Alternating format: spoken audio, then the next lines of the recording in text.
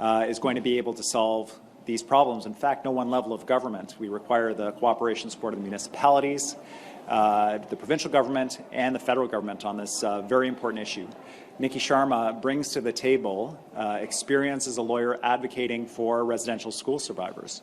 She has done extensive work in her career advocating for people and delivering. She has shown remarkable leadership working with the nonprofit sector in her previous role, and I have every confidence that she'll be part of that core team to address one of my key priorities, because it's a key priority of British Columbians, which is public safety in our province. Yes, I'd like to ask you also about the new Ministry for Climate Readiness, where Bowen Ma will be taking over. Is that a nod also in part to the new members of the NDP that we saw during the leadership race? And what's your message to the folks outside who are protesting against fracking? Well, the issue of climate is a generational challenge, not just here in British Columbia, but around the world. We just saw an international conference in Egypt with global leaders coming together to try to find ways to move forward on this. British Columbia is not waiting. We're moving ahead on the issue of climate. We have climate targets legislated for 2030 and 2050 that we're committed to. You'll see a mixture of experience and new leadership in our Executive Council on the important issue of environment and climate, but also that the issue of climate change goes through all the mandate letters. Every single minister has a role to play in addressing emissions. For the new ministry, it's a recognition of the fact that BC seems to have been hit harder than many other places in Canada by climate change. We've seen historic forest fires, smoky summers. We had the pine beetle very early on, ocean acidification, and floods in Abbotsford.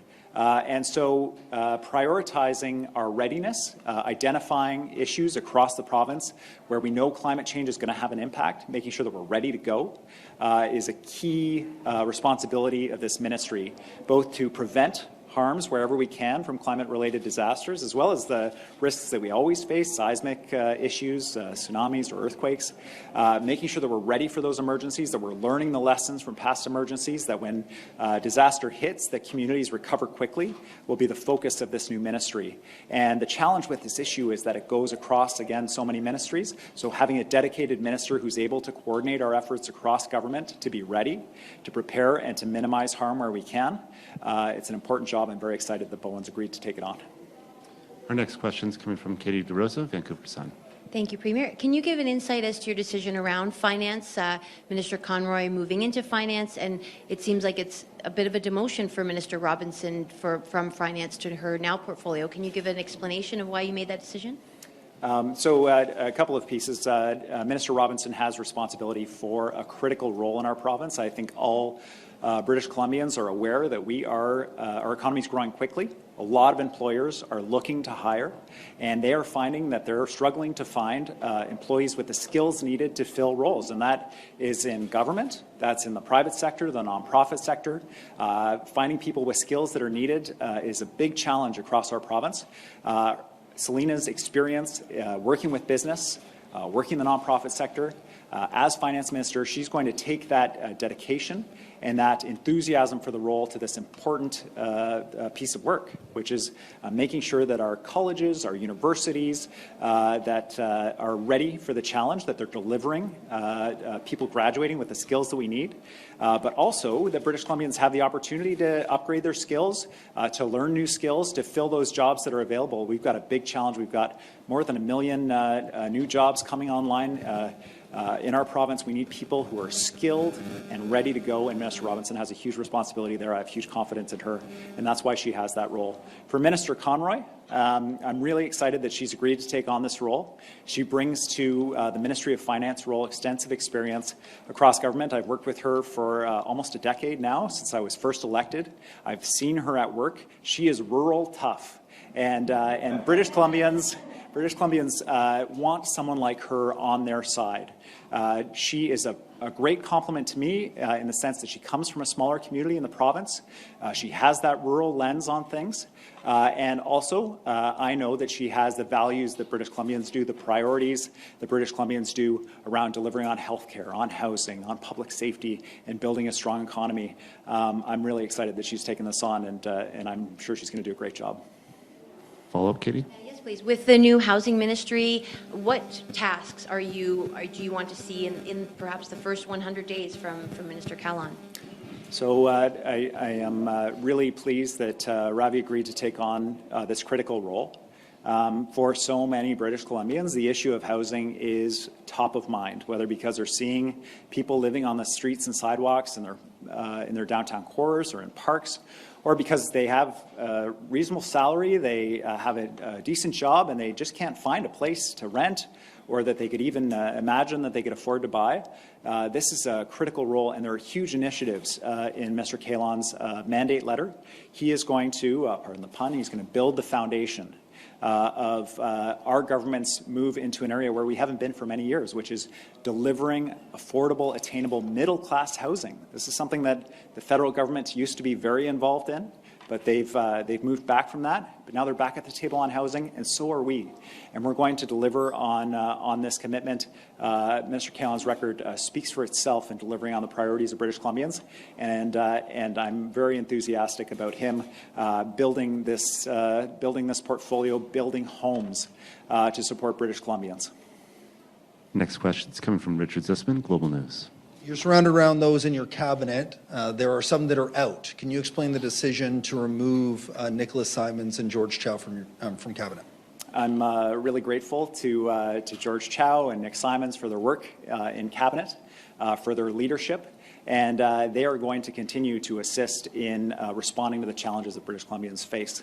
I am looking to Minister Chow in particular to support the work that we have to do in the downtown east side and in Chinatown, in Vancouver, and making sure that we're responding to the needs of both the community in Chinatown, but also the downtown east side. He's going to be taking a leadership role there. Minister Simons is going to have a key leadership role in our caucus. We have a big caucus. We have people from all across the province. Making sure that everybody is working together in partnership to deliver for British Columbians is a huge job, and Nick will provide a critical support in that. So I'm very grateful to them for their work and for their continued leadership. Follow-up, Richard. The cabinet change marks some generational shift. Can you speak to the youth that you've injected here, but also what message it sends that in the finance portfolio, Katrina Conroy has served for a long time. She is not part of that generational change. Why not have a younger finance minister? Sorry, Kat.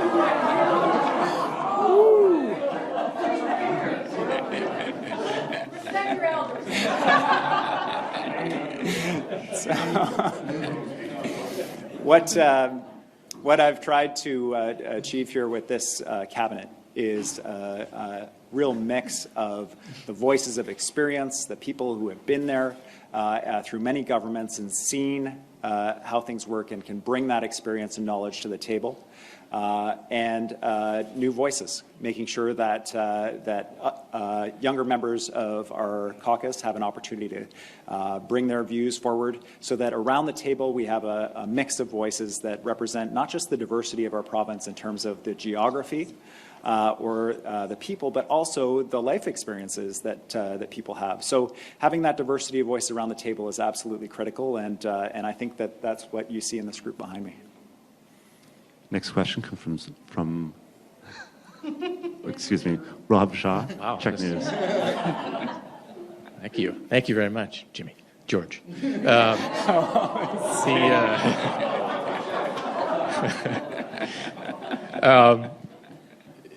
Could you explain, Premier, to parents of autistic children why you did not make a change in your children's ministry, given you have reversed the most significant change in that ministry over the last year that the current minister has spent time defending and now is no longer in place?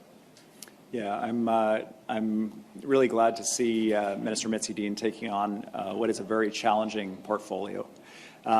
Mitzi delivered historic legislation recognizing the authority, the jurisdiction, the ability of First Nations across our province to support their own kids. And this is a transformational shift in how the ministry works. It was a massive undertaking involving nations and Indigenous leadership across the province, and she delivered it. She also delivered significant reforms to the children in care system, especially around kids aging out of care, supporting them so that they don't end up on that superhighway to homelessness, as it's been described, that they're supported well into young adulthood so that they can have a good, strong start. The issue, the specific issue that she went headlong at and fearlessly at, of the fact that there are a significant group of kids and families in our province that are not getting the supports that they need because they don't have that autism diagnosis. She went at that courageously and is working to address that issue. The issue of individualized autism funding and the anxiety that families felt that their kids would not be able to maintain their relationship with their support team that families had painstakingly built, that was interfering with our ability to work together to address what everybody agrees is the core issue, which is these group of kids and families that are not getting the supports they need right now. So by taking that issue off the table, Minister Dean will be able to deliver, just like she did in so many other areas of her portfolio, for parents of kids with autism, for those families, and also, and importantly, for the parents and families that aren't getting supports right now because they don't have that diagnosis. Follow-up, Rob? Just back on the budget issue, changing the finance minister in December, could you talk to us a bit about the budget? Is it done? Like, typically it's done by now for February. Were you able to craft the budget that you wanted, and does changing the minister right now impact that? Are you still making changes to it, or just sort of sketch out where that's at? Sure. In making decisions around government, especially around changes in government, one of the important balancing considerations is wanting to move quickly and address issues quickly for British Columbians that they see that are front of mind right now. And knowing that when you have somebody taking on a new portfolio, there's always a learning curve. There's always time spent coming up to speed. So trying to balance that in the cabinet, you'll see people who are continuing in their old roles, but you'll see some people shifted to new roles. And as far as the budget goes, Minister Robinson has laid a strong foundation for the budget. We've been working ever since I became leader of the party. To make sure that the budget includes the key priorities of British Columbians. And Minister Conroy is going to continue that work. The budget is not finished. It's an ongoing piece of work. And British Columbians will see the budget as planned and as scheduled. And I look forward very much to releasing that budget, because it will reflect their priorities around making sure they have a decent place to live, their communities are safe, that healthcare is there for them when they need it, and that we're building a strong economy with some of the global threats we're seeing out there right now. Next question from Fran Yenoir from Northern Beat. Thanks. Hi, Premier. Nice to see My you. question is about Minister Whiteside. Just wondering, with her move from education to mental health and addictions, whether that means the government is going to be beefing up the other three pillars to the strategy, including education. So one of the reasons why I'm excited that Minister Whiteside took on this challenge of the portfolio of mental health and addictions, it's a really challenging portfolio. Working with families who have lost loved ones, hearing tragic stories of the impact of the toxic drug supply on British Columbians, it is an awesome responsibility, and there are a lot of expectations and high pressure to deliver on what has proven to be a very challenging area for us. And so Minister Whiteside brings a couple of key pieces to the table that I think will be of great assistance, and I want to recognize and thank Minister Malcolmson's work in this area. Minister Whiteside, Jennifer, brings experience in the healthcare sector, working with health authorities, understanding how to ensure that our healthcare system is part of our response to the toxic drug crisis. You'll see that in our public safety announcement, the new model we're working on with St. Paul's of seamless triage from the emergency room to detox to treatment to housing to help people deal with addiction. When they have that moment of clarity, when they wake up in the emergency room after having overdosed, that we can divert people. So you'll see a real increase in emphasis on that healthcare response and that treatment response.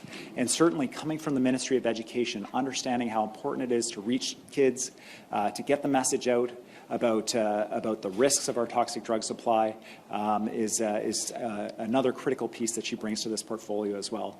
It's a huge challenge, and I'm glad she's taken it on. Follow-up question, Fran? Yes. Question on the rural-urban representation in your cabinet. Obviously, you have many fewer members from rural areas and a larger population to represent in the urban areas. But rural already, people often don't feel themselves reflected in this government. What message do you have for them in terms of the limited rural representation? I think it's critical that British Columbians see in our government team themselves reflected, their concerns and their priorities reflected both in the cabinet and in the government as a whole. So for rural British Columbians, they're seeing a new finance minister who who really, to my mind, represents the best of rural life with a background in agriculture. She's a hunter, and she is tough. And I am really excited that she is going to complement and bring that perspective in a very high-profile and significant role to our team. The message to rural British Columbians is the same as to British Columbians all across our province, which is that we are going to deliver for you, no matter where you live. Your perspectives and priorities are represented around this table, and we're going to make sure that we address those priorities. Next question comes from Les Lane, Times columnist. Oh, thanks. Premier, I'm under the impression that your housing changes announced recently, specifically to the Strata Council rules and regulations and laws, have started a real groundswell of concern, and it's getting bigger. It's not going away. Do you agree with that assessment? And Minister Callan's job, what is it in regards to that? Is he going to have to placate a lot of these people who are pointing out potential unintended consequences, or is this going to get done one way or the other? So I think with respect to housing policy, any significant changes in housing policy are going to cause anxiety. When we're talking with municipalities about the need to deliver more housing, people raise concerns. Well, what about parking? What about shadows? What about making sure that our communities are livable? When we talk to Stratas about the fact that we can't have people that can't find a place to rent while condos are sitting empty, say, well, what if we get a bad renter? How are we going to be able to respond to that problem? We are going to make sure that when we make these changes, that we are monitoring them closely and we're providing the support that is needed to address any issues that come up. So certainly I want to provide assurance to people who live in stratas, among whom I am one, that we're going to make sure that your buildings and communities remain livable. But part of ensuring buildings and communities remain livable is recognizing the fact that we are in a really serious housing crisis and we can't leave any housing on the table. So Minister Callan has a challenging job. When we address the housing issue, it means changes. It means changes in the approach we've taken to housing. And anytime you make changes, there will be anxiety, but I want to reassure people of two things. One is we believe there is a housing crisis. We are taking action on it. And the second is we will monitor the changes we're putting in place to respond to any issues that arise from those changes. And if they're not delivering what we want, then we're going to address that. That's what leadership is, and that's what this team behind me is all about. With those changes in... Sorry. The changes, some people are speculating increasing the rental pool in a strata council can make significant changes in insurance rates, which have already escalated over the past few years. Is that one of the things that you would be open to consider the ramifications? Well, strata insurance is a significant issue for many British Columbians and among other things, an area where we've seen rising costs. We're going to continue our work to address those issues. I think it's important to recognize, too, though, the scope of the issue. So since 2010, no strata building has been allowed to have rental restrictions in place. So we've had more than a decade of time of new stratas built without rental restrictions, and those strata buildings are functioning just fine. And so I do understand there's some anxiety about the changes. We'll monitor them closely. But I also want to point out the fact that that for a long time in British Columbia, rental restrictions haven't been permitted. We're in the middle of a housing crisis. People are searching Craigslist for rental units. There are empty condos that are sitting there. We know there's at least 2,900. But there's probably significantly more in areas where we don't have data, and we need them to be able to be rented out to people who want to rent them. Next question coming from Francis Pleuden, Radio-Canada. Hi, Premier. So the Bank of Canada announced today a new increase in their interest rate.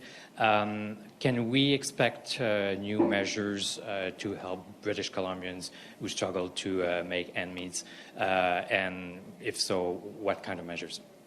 Well, I think, one of the frustrations I have about some of the interest rate increases that we've seen is that I know that they hit families that are just scraping by most significantly. And also that the discussion that somehow this is going to improve housing affordability because the price of housing is either stable or coming down, that's not actually true for families because they still have to qualify for a mortgage and their payments are the same or increasing.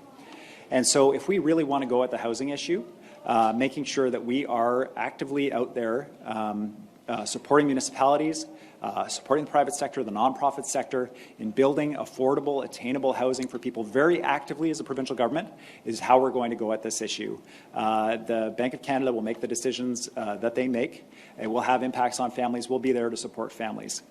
But it's also important to note that that's not improving housing affordability for British Columbians. What's going to improve housing affordability for British Columbians is us out there building that housing that we need. We saw a massive population increase last year. We're seeing another massive increase this year. We need to get that housing built. Follow-up question. The Greens announced yesterday that they were preparing for an early election, potentially this spring, with the opening of their nomination process. Should British Columbians prepare for that prospect as well? I don't know how many times I can say it. I am committed to a fixed election date for British Columbia, and the reason is quite straightforward. I was all across the province. I didn't hear one British Columbian say, gosh, you know what I really hope happens now is a provincial election. They said deal with public safety. They said deal with housing, deal with healthcare, make sure our economy is strong in the face of global headwinds.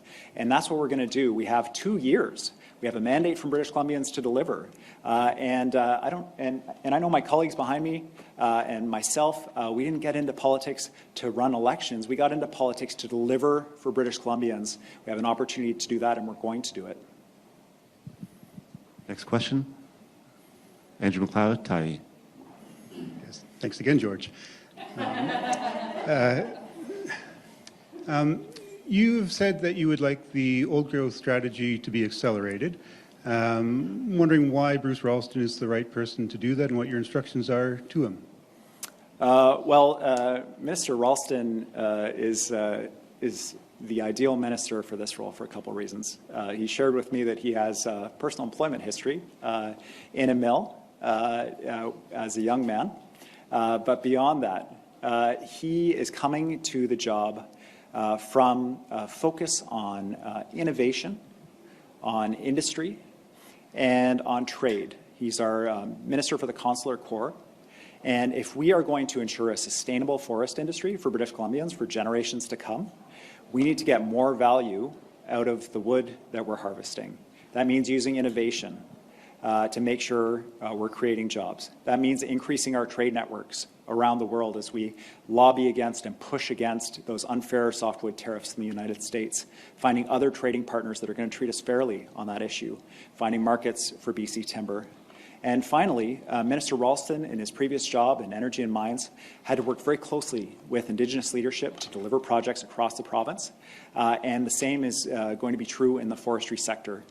Their sustainable forestry industry going forward in the province is going to involve the partnership with First Nations across the province as well. He's incredibly well suited to take on this job, and I'm glad he did.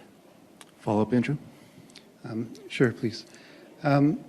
Of the 4 priority areas you set out, you had fairly high-profile announcements on 3 of them. I think many would say it's been more muted on climate and environment, and I'm wondering if there's a reason for that and how you would respond to that suggestion, allegation. Yeah. I set out my commitment to British Columbians, a 100-day plan, where I would be making major announcements, setting out the foundation of how I'm going to earn their trust by delivering on what their priorities are every day.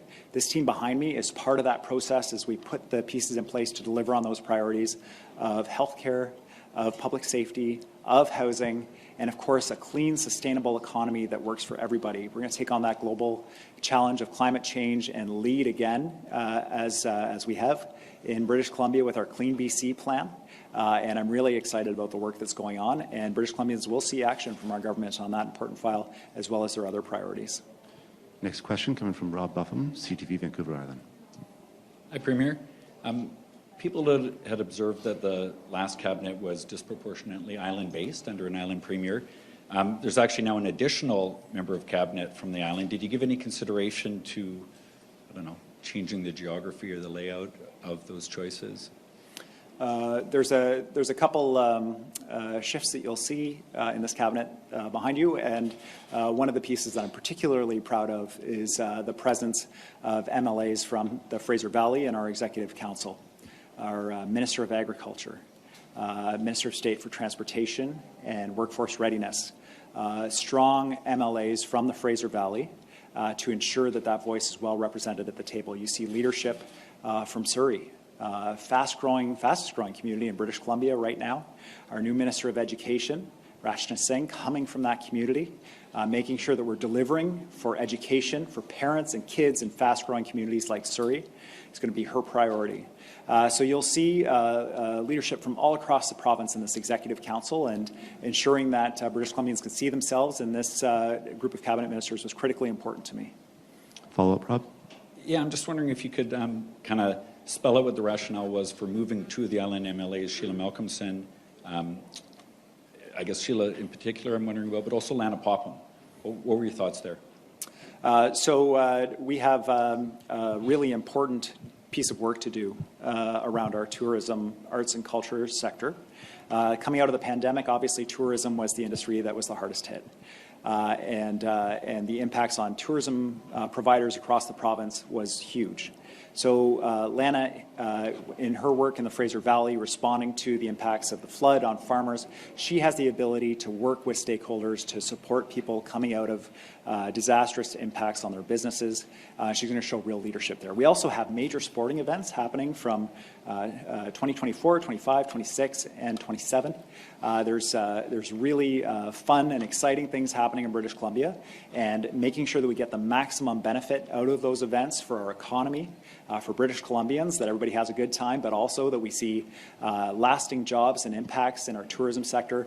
Lana, her work in agriculture demonstrates her expertise in that. She's going to bring that expertise to tourism as well.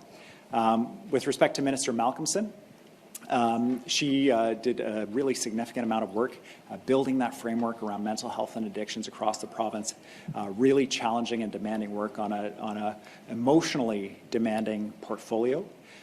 She is going to be able to leverage her relationships across the nonprofit sector, across community leadership and Indigenous communities, that base that she built in her previous ministry, in the Ministry of Poverty Reduction, continuing our work to drive down poverty rates in the province, implementing our poverty reduction plan, and also supporting the Minister of Housing and the all-of-government approach to deal with the homelessness that we're seeing in many communities. It's an important piece of work, and I'm excited that she's agreed to take it on. Next question comes from Lisa Eusta, City News 1130. Just one question. You've picked your team. Now I'm wondering about what your management style is going to be. You know, what fingers do you still want, what pies do you still want your fingers in? When are you going to stand back? Especially, the Attorney General, that was your last job and you have someone new in there. So I'm wondering how you're going to manage all this. Are you going to micromanage? This is the provincial government of the province of BC is a massive enterprise. It requires leadership from every single one of our elected MLAs and certainly of the cabinet ministers. They will have to drive their portfolios. They have been given very clear mandate letters that set out the objectives of government that they need to deliver on, and I have confidence in every one of them to deliver that. My role will be in supporting them in those challenging issues that cross ministries. One of the challenges of government is always the possibility that people would operate in a silo. So making sure that we're working on the most challenging issues we face involve 2 or 3 ministries at a minimum. And so for the Premier's office, for my management style, will be coordinating and making sure that we're addressing those priority issues that British Columbians have in a coordinated way across the provincial government. We have time for one more question. It'll be coming from Mary Brooke, Island Social Trends. Hi, thank you. On the housing file, you're going to have to escalate construction, and I'm just wondering what portion of that or how you're going to target purpose-built rental, because that's part of the equation, as you've already stated.